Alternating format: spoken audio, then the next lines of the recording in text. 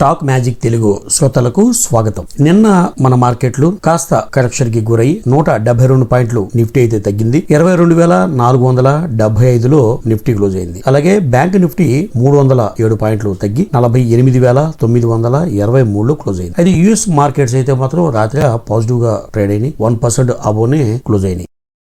ఇక కంపెనీలు విషయాలు వస్తే blue star fourth quarter results announce చేసింది. రిజల్ట్స్ అయితే పాజిటివ్ గానే ఉన్నాయి. అదేంటండి నెట్ ప్రాఫిట్ ఏకంగా 25% డౌన్ ఉంది కదా, పాజిటివ్ గా ఉంది అంటారు అనుకోవచ్చు. ఇక్కడ విషయం ఏంటంటే రెవెన్యూ 27% పెరిగింది. కంపెనీ నెట్ ప్రాఫిట్ 25% తగ్గింది గత సంవత్సరం Q4 తో కంపేర్ చేసుకుంటే. కానీ ఇక్కడ జరిగింది ఏంటంటే లాస్ట్ ఇయర్ కంపెనీకి ఒక స్పెషల్ ఇన్కమ్ అనొచ్చు, లేదా అదర్ ఇన్కమ్ అనొచ్చు, ఎక్సెప్షనల్ ఇన్కమ్ అనుకుని ఇన్కమ్ ఒకటి యాడ్ అయింది. 171 కోట్లు యాడ్ అయింది లాస్ట్ ఇయర్ Q4 లో. దానివల్ల లాస్ట్ ఇయర్ లో మనకి ప్రాఫిట్స్ చాలా ఎక్కువగా కనిపిస్తున్నాయి. 225 కోట్లు లాభాన్ని ప్రకటిస్తే ఇప్పుడు 170 కోట్లు లాభాన్ని ప్రకటించింది. కంపెనీ రెవెన్యూ బాగానే ఉంది, ప్రాఫిట్ మార్జిన్ బాగానే ఉంది, ప్రాఫిట్ మార్జిన్స్ కూడా పెరిగినాయి. నెట్ ప్రాఫిట్ తక్కువగా చూపించడానికి కారణం మాత్రం కేవలం లాస్ట్ ఇయర్ Q4 లో అనుకోని ఇన్కమ్ ఒకటి 171 కోట్లు యాడ్ అవ్వబట్టి లాభాలు ఎక్కువ కనిపిస్తున్నాయి తప్ప ప్రస్తుత సంవత్సరం మాత్రం లాభాలు యాజ్ యూజువల్ గా బాగానే వచ్చినాయి. రెవెన్యూ కూడా బాగానే ఉంది, కంపెనీ మార్జిన్స్ కూడా బాగానే ఉన్నాయి. అదొకటి మనం గమనించాలి. ఎవరైనా బ్లూ స్టార్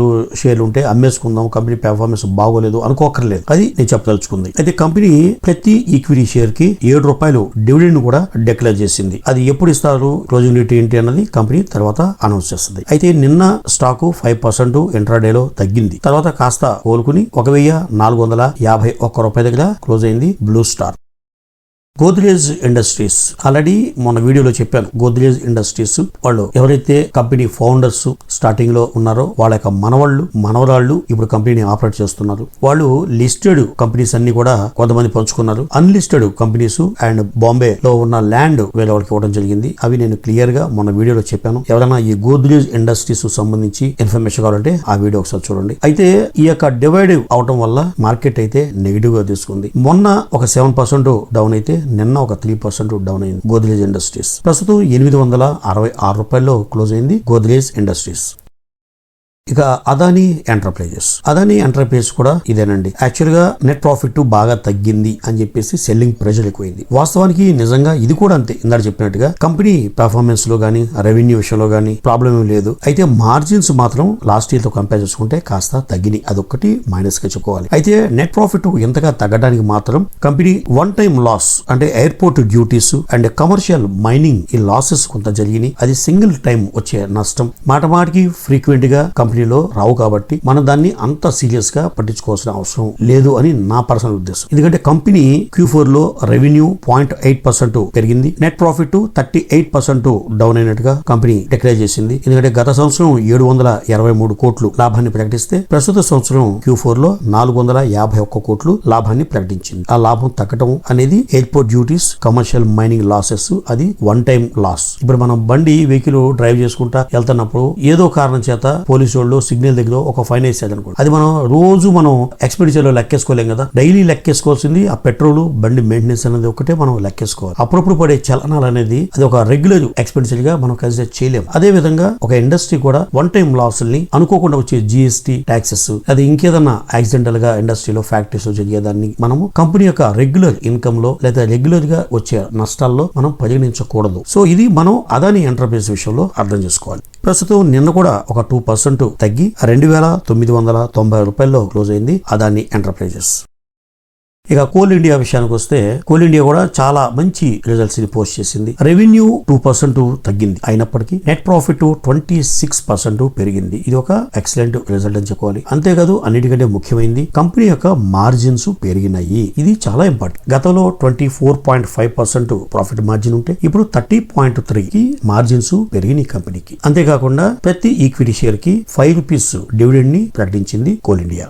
కోల్ ఇండియా సంబంధించి మరొక న్యూస్ ఏంటంటే ప్రొడక్షన్ టార్గెట్ నెక్స్ట్ ఇయర్ కి అంటే ఫైనాన్షియల్ ఇయర్ 24-25 ఆ సంవత్సరానికి గాను 838 మెట్రిక్ టన్స్ టార్గెట్ గా ఫిక్స్ చేసుకుంది కోల్ ఇండియా. దాంట్లో 661 metric tons only for power industries K already supply చేయాలి, ఆర్డర్స్ ఉన్నాయి. అంటే మార్కెటింగ్ కి మినిమం గ్యారంటీ ఉంది కోల్ ఇండియా. సో దాని తగ్గట్టుగానే ప్రొడక్షన్ పెంచుకుంటుంది. దాంట్లో సింహభాగం పవర్ సెక్టర్ కి వెళ్లబోతుంది బొగ్గు అనేది కంపెనీ అప్డేట్ చేసింది. ఇక ఫైనాన్షియల్ ఇయర్ 24 లో ఓవరాల్ గా సేల్స్ 10% పెరిగిన డెఫినెట్ గా కోల్ ఇండియా అప్డేట్ చేసింది.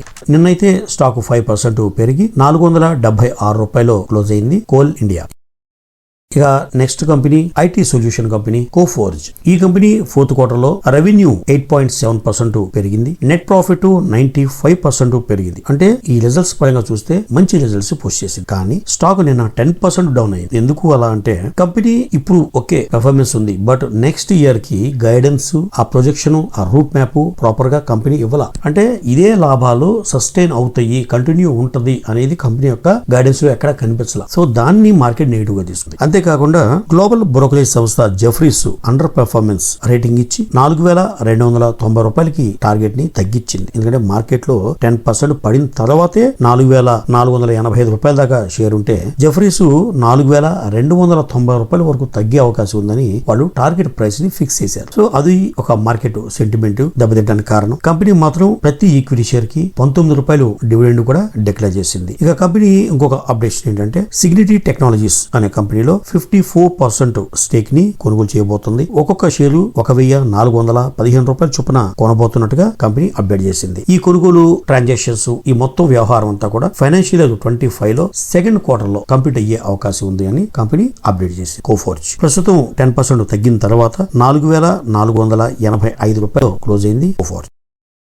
ఇక ఎఫ్ఎంసిజి దిగ్గజం డాబర్. ఈ కంపెనీ గురించి ఒక న్యూస్ ఏంటంటే ఈ company one of the product Badshah Masala. అంటే ఈ బాద్షా అనే బ్రాండ్ తో అన్ని రకాల మసాలాలు అంటే చికెన్ మసాలా, గరం మసాలా, ఫిష్ మసాలా, ఈ రసం, సాంబార్, రకరకాల మసాలా పౌడర్స్ బాక్సుల్లో ప్యాక్ చేసి డొమెస్టిక్ మార్కెట్ అంటే మన ఇండియాలో అలాగే ఇతర దేశాల్లో కూడా మార్కెట్ చేస్తుంది డాబర్. అయితే ఇప్పుడు లేటెస్ట్ గా ఈ డాబర్ గురించి లేదా ఈ మసాలాల గురించి ఒక న్యూస్ ఏంటంటే సింగపూర్, హాంకాంగ్ లో మన Indian masalas famous brands MDH and Everest ఈ రెండు బ్రాండ్స్ ని అక్కడ బ్యాన్ చేశారు. ఆ మసాలా పౌడర్స్ పాడైపోకుండా ఉండేందుకు కంపెనీలు యూజ్ చేసే ఎథైలిన్ ఆక్సైడ్, ఇది యాక్చువల్ గా ఒక క్రిమి సంహారి, పురుగులు పుట్టకుండా ఆ మసాలా పౌడర్ లో వాడే ఒక మెటీరియల్ ఎథైలిన్ ఆక్సైడ్, ఇది యూజ్ చేస్తున్నారు. దీనివల్ల క్యాన్సర్ వచ్చే అవకాశం ఉంది అనేది ఆ దేశాలు ఫిల్టర్ చేసి చెక్ చేసి అక్కడ బ్యాన్ చేయడం జరిగింది. Singapore, Hong Kong, MDH and Everest brands ని అక్కడ బ్యాన్ చేశారు. సో అలాగే డాబర్ కూడా వేరే దేశాలకి సప్లై చేస్తుంది. ఇప్పుడు వాళ్ళు ఇండియా నుంచి వచ్చే ప్రతి మసాలాస్ ని వాళ్ళు ఫిల్టర్ చేసి అన్ని రకాలుగా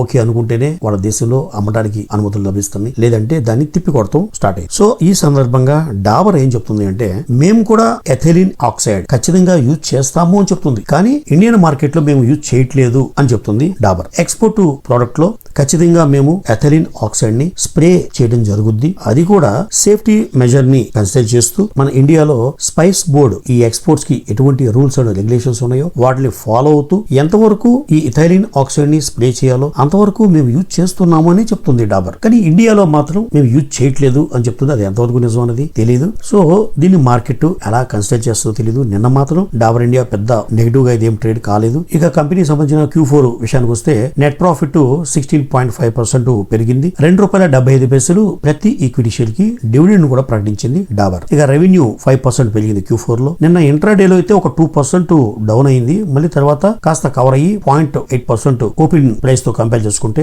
0.8% పెరిగే క్లోజ్ అయింది. ₹529 క్లోజ్ అయింది డాబర్. KEI industries. ఈ KEI ఇండస్ట్రీస్ అనేది వైర్స్ అండ్ కేబుల్స్ మ్యానుఫ్యాక్చరింగ్ చేసి ఇండియాలో అండ్ ప్రపంచంలో ఇతర కంట్రీస్ కూడా ఎక్స్పోర్ట్ చేసే బిజినెస్ లో ఉంది KEI ఇండస్ట్రీస్. ఈ కంపెనీ ఫోర్త్ క్వార్టర్ లో రెవెన్యూ 19% పెరిగింది, నెట్ ప్రాఫిట్ 22% పెరిగింది. ఇక అన్నిటికంటే మించి మార్జిన్స్ కూడా పెరిగినాయి. సో కంపెనీకి ఓవరాల్ గా ఒక మంచి రిజల్ట్స్ పోస్ట్ చేసింది. కానీ నిన్న స్టాక్ మాత్రం 3% నెగిటివ్ గా రియాక్ట్ అయింది. ₹3,900 లో క్లోజ్ అయింది KEI ఇండస్ట్రీస్. మీరు అనుకోవచ్చు అన్ని పాజిటివ్ ఉన్నాయి కదా, మరి నెగిటివ్ ఎందుకు ట్రేడ్ అయింది అని. చెప్తున్నాను కదా, కొన్ని కంపెనీలు ఆల్రెడీ షేర్ పెరిగినప్పుడు తగ్గే అవకాశం ఉంటుంది, లేదు రిజల్ట్స్ రాకముందు ఆ ఎక్స్పెక్టేషన్స్ అనుగుణంగా వాళ్ళు బై చేసి రిజల్ట్స్ రాగానే మొత్తం సెల్ కొట్టేస్తారు. దాంతో కూడా ఆ సెల్లింగ్ ప్రెషర్ ఉండే అవకాశం ఉంది. కాబట్టి గుడ్ న్యూస్ ఉన్నంత మాత్రాన షేర్ పెరుగుద్దని, బ్యాడ్ న్యూస్ ఉన్నంత మాత్రాన షేర్ పడిపోద్దని ఖచ్చితంగా మనం అనలేం. ఇక లాస్ట్ కంపెనీ రైల్టెల్ కార్పొరేషన్. ఇది రైల్వే సంబంధించి టెలికమ్యూనికేషన్స్ చేసే వ్యవస్థ రైల్టెల్ కార్పొరేషన్. ఈ కంపెనీ Q4 లో రెవెన్యూ 25% పెరిగింది, నెట్ ప్రాఫిట్ 25% పెరిగింది. ఒక మైనస్ ఏంటంటే కంపెనీ యొక్క మార్జిన్స్ తగ్గింది, ఇది ఒక మైనస్. గతంలో 19.39% కంపెనీకి మార్జిన్స్ మిగిలితే ఇప్పుడు అది కాస్త 14% కి తగ్గింది. ఇది ఒకటి మైనస్ అండి. ఎందుకంటే మార్జిన్స్ తగ్గుతున్నాయి అంటే నెక్స్ట్ క్వార్టర్ లో ఆదాయం పెరిగినప్పటికీ మనం తయారు చేసే చేసే వస్తువులు, మనం ఇచ్చే సర్వీస్లో మన మార్జిన్స్ తగ్గుతున్నాయి అనుకున్నప్పుడు మాత్రం ప్రాఫిట్స్ తగ్గే అవకాశం ఉంది. కాబట్టి దాన్ని నెగిటివ్గా తీసుకున్న మార్కెట్ 3% తగ్గింది. 395 రూపాయల్లో క్లోజ్ అయింది రైల్టెల్ కార్పొరేషన్. ఇవ్వండి ప్రస్తుతం కంపెనీకి సంబంధించిన విశేషాలు. మరో ఇంట్రెస్టింగ్ వీడియోతో మళ్ళీ కలుద్దాం. అంతవరకు సెలవు.